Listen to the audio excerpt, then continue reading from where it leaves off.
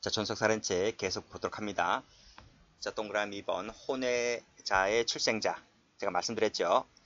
생부는 인지했을 때만 법률상의 직계에 존속이 됩니다. 그러니까 인지를 안 하면 법률상의 직계 존속이 되지 못하게 되죠. 그래서 인지 전에 살해하면 보통이 되고 인지 후에 살해했을 때 존속이 됩니다. 일단 끊고요. 그리고 생모는 뭐라 했습니까? 생모는 인지 여부 떠나서 무조건 당연히 법률상의 직계 존비속 관계가 되기 때문에 생모를 죽여버리면 존속살인죄가 됩니다. 자, 판례 보도록 합니다. 자, 쭉 내려오시고 자, 다음 페이지 보시게 되면 자, 여기 빨간색으로 생모 동그라미. 그쵸? 혼외자가 인지하지 않은 생모를 살해했을 때 존속이 됩니다. 자, 밑에 판례 혼인중의 출생자로 신고되어 호족부에 등재됩니다. 등재가 되었을 때 어떤 효과가 있다? 인지 효과가 발생한다. 자, 그래서 필기 한번 해볼까요? 등재가 되었을 때 법률상의 직계, 존속, 비속, 그쵸? 직계, 존속, 비속, 존비속 관계가 형성되기 때문에 그때 이 비속이 존속을 살해하면 존속 살해죄가 됩니다. 이렇게 필기를 해두시고요. 자, 그 밑에 똑같죠? 무효중 혼인중 출생한 자를 그 호적에 출생신고하여 등재되었다면, 등재되면 어떤 효과? 인지 효과가 발생한다는 판례입니다. 됐고요. 자, 그 밑에 것은 조금 이따 보도록 할까요? 자, 올라가서 입양 봅니다. 입양. 자, 입양 같은 경우에 양부모는 양자에 대해서 법률상의 직계 존속이 됩니다. 자, 실부모 어떨까? 실부모. 자, 실부모도 직계 존속이 됩니다. 과거의 판례입니다. 판례가 있긴 한데 이 과거의 판례입니다. 과거 판례이기 때문에 자, 밑에 각주 써놨습니다. 자, 민법이 개정됩니다. 2012년도에 개정되거든요. 그래서 친양자라고 하는 것은 아이가 아주 어렸을 때 입양 보내는 거예요. 그랬을 때는 실부모의 관계가 단절됩니다. 소멸됩니다. 민법의 개정에 그렇게 나와 있어요. 근데 이 개정된 민법에 의해서 판례는 나와 있지 않고 그렇기 때문에 우리 판례 공부할 거는 과거 판례밖에 없는 거죠. 그래서 과거 판례의 근거에서만 공부하시면 됩니다. 자, 넘겨보시면 자, 이거 한번 볼게요. 자, 요 밑에 판례부터 볼까요? 자, 입양됐습니다. 입양됐다라고 했을 때 생가를 중심으로 한 종전의 관계는 소멸되는 것이 아니다. 그래서 여전히 직계 존비속이 되기 때문에 존속 살해죄가 된다는 과거 판례죠. 아주 옛날 판례입니다. 됐고 그 다음에 밑에 판례 볼까요? 자, 업등이 사건인데 자, 보겠습니다. 을려는 문전에 버려진 영아갑을 주워다 기르고 자, 친생자인 것처럼 출생신고를 했는데 입양 요건을 갖추지 못했다. 이거예요. 자, 그 성년이 된 갑은 을려를 살해했다. 무슨 죄가 될 거냐고 하는 것인데 그럼 입양 요건을 갖추지 못했다라고 했는데 그럼 입양 요건이 뭔가요?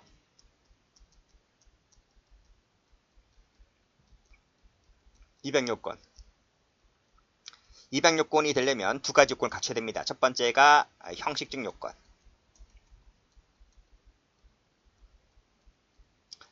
두 번째가 실질적 요건입니다.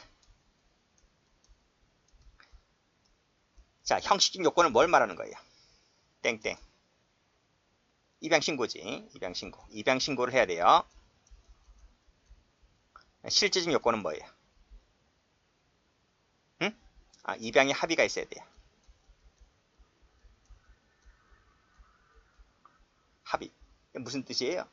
자, 봐요. 여기다 적으면 안 되나? 여기 밑에다 적을게요.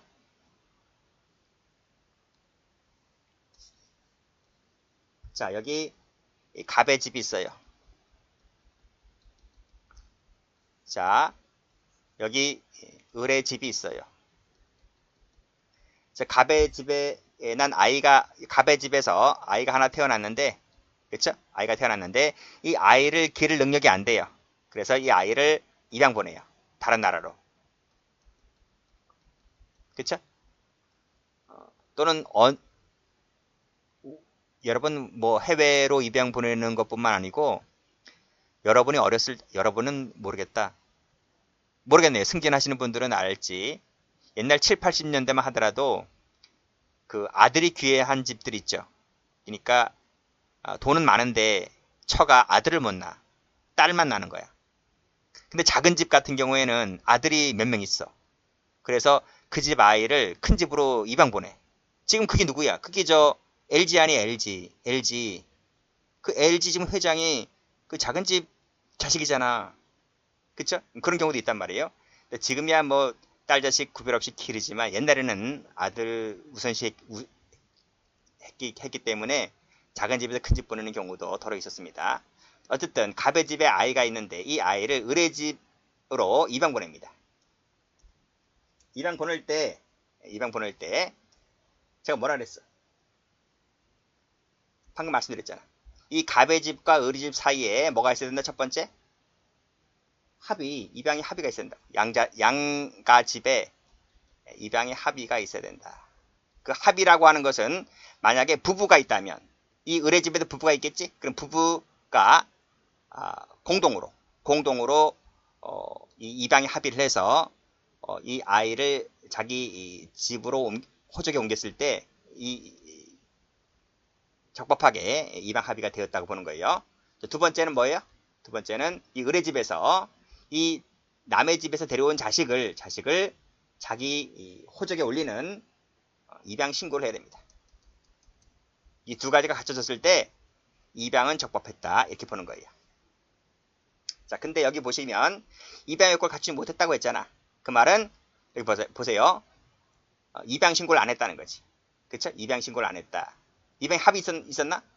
문전에 버려진 아이라 했기 때문에 입양의 합의도 없었네요. 그렇기 때문에 형식적 요건, 실질 요건을 모두 갖췄기 때문에 입양 요건을 갖추지 못했다라고 보는 겁니다. 그래서 보통 살인죄가 되는 거죠. 자, 판결 요지 보시면 피살자가 버려진 아이를 주워다 길렀다. 출생신고를 했다. 그래서 입양 요건 밑줄 그으시고 X. 못 갖췄기 때문에 존속살인죄가 안 된다. 이렇게 정리해 주시면 되겠습니다.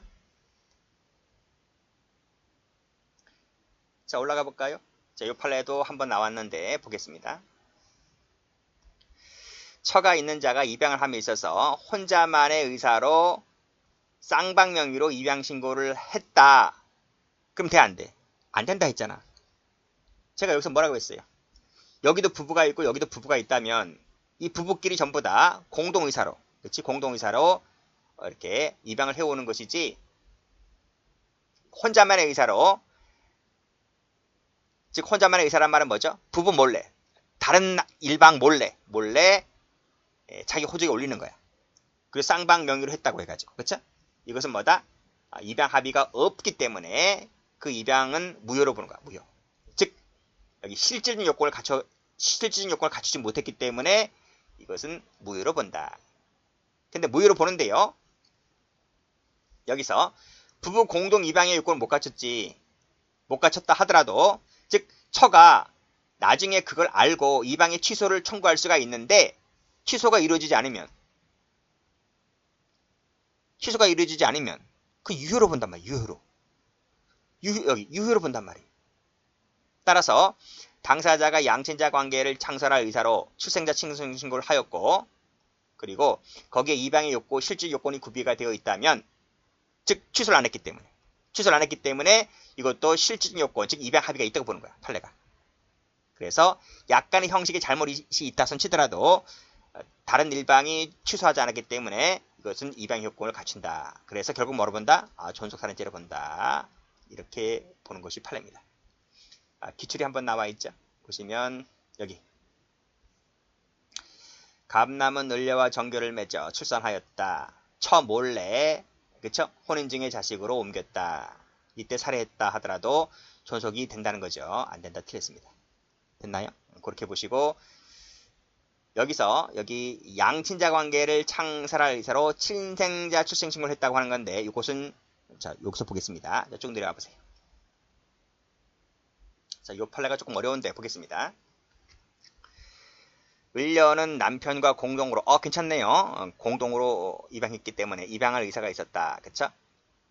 자, 갑을 친생자로 출생신고했습니다. 양자로 양자 신고를 한 게, 입양 신고를 한 게 아니라 친생자로 출생 신고를 했다는 거죠. 그리고 양육해 왔는데 이 아이가 커서 결국 을려를 살해합니다. 자, 존속일까요? 보통살인죄가 될까요? 적어볼까요? 자, 입양 신고라 그랬습니다. 입양 신고는 형식적 요건이 구비를 해야 되고 플러스 실질적 요건을 구비를 해야 되는데, 자, 실질적 요건은 입양 합의가 존재를 해야 된다 했고, 그리고 형식 요건은 입양 신고를 해야 한다 했습니다. 그쵸? 자, 그러면 봐봐요. 자, 을려는 남편과 공동으로 입양 의사로 했다 했기 때문에 지금 입양의 합의는 갖춰졌죠? 갖춰졌습니다. 근데 분명 형식 요건으로서는 입양 신고를 해야 한다 했는데 지금 입양 신고를 안 했잖아요. 그치? 그러면 입양 신고를 하지 않았기 때문에, 해야 되는데 하지 않았기 때문에 하지 않고 뭘 했다는 거야? 친생자 출생 신고를 했다는 거죠. 이 아이가 내 친생자야? 내가 낳은 자식이야? 아니잖아요. 그쵸? 이건 무효란 말이에요. 무효. 내 친생자가 아닌데 왜 친생자 출생 신고를 하냐고요? 이건 무효란 말이에요. 근데요, 이 무효인 법률행위가, 민법에 보면 이 무효인 법률행위가 다른 법률행위의 요건을 구비하고 있고, 그 다른 법률행위 효과가 발생을 하면 이 무효행위를 유효로 전환시켜 줍니다. 그걸 뭐라 하냐면 민법에서 무효행위의 전환이라고 불러. 민법 총칙이 나와요. 즉, 친생자가 아니기 때문에 친생자 출생신고는 무효이지만 적어도 이 을려가 남편과 공동으로 이 아이를 입양할 의사로 내 호적에 올렸다고 하는 것은 적어도 내 자식으로 삼겠다는 의사가 표시되어 있는 거잖아요. 친생자는 아니지만 내 자식으로 삼겠다는 의사 표시인 거잖아요. 그래서 친생자는 아니지만 적어도 자식으로 삼으려고 하는 의사가 있기 때문에 이것을 입양신고로 전환시켜준다고, 입양신고로 유효하게 전환시켜준다고, 그걸 무효행위 전환이라고 합니다. 그래서 입양신고는 비록 하지 않았지만 친생자 출생 신고를 했다 하더라도 이것을 입양신고로 전환시켜준다고. 결국 그래서 입양 합의도 존재했고 무효행위를 유효행위로 전환시켜줬기 때문에 이 두 가지 요건을 모두 갖추었다고 보는 것이 판례입니다. 그래서 존속살해죄를 인정하게 되는 거죠.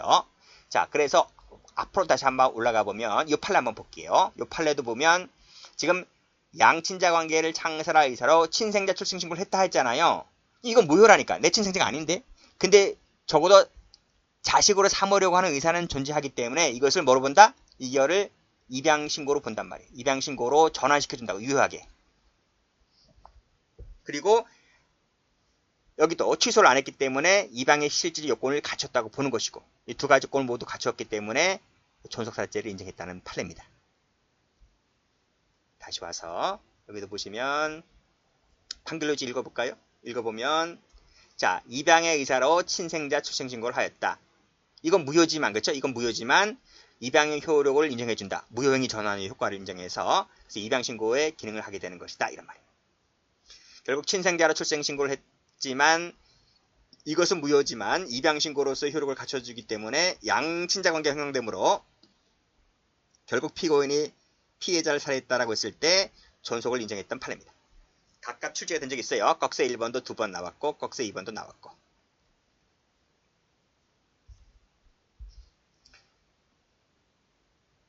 자, 주관적 요건입니다. 직계존속을 살해한다는 인색과 의사가 필요하다는 것은 총론 시간에 다 배우는 것들이고, 이 총론 교재에 나오는 판례들입니다. 무차별 형포를 부렸다라고 했을 때 세모쳐 볼게요. 파란색으로. 이것은 아버지를 찔러 죽인다는 아버지를 찔러 죽인다는 의사가 없죠. 인식은 했습니다. 인식은 했는데 실현 의사가 없는 거죠. 이것은 총론 시간에 배우는 건데 실현 의사가 없다. 아, 여기 있네. 여기 있네, 그치? 의사가 없다. 이 의사가 실현 의사입니다. 이게 없기 때문에 존속 살해죄가 되지를 않습니다.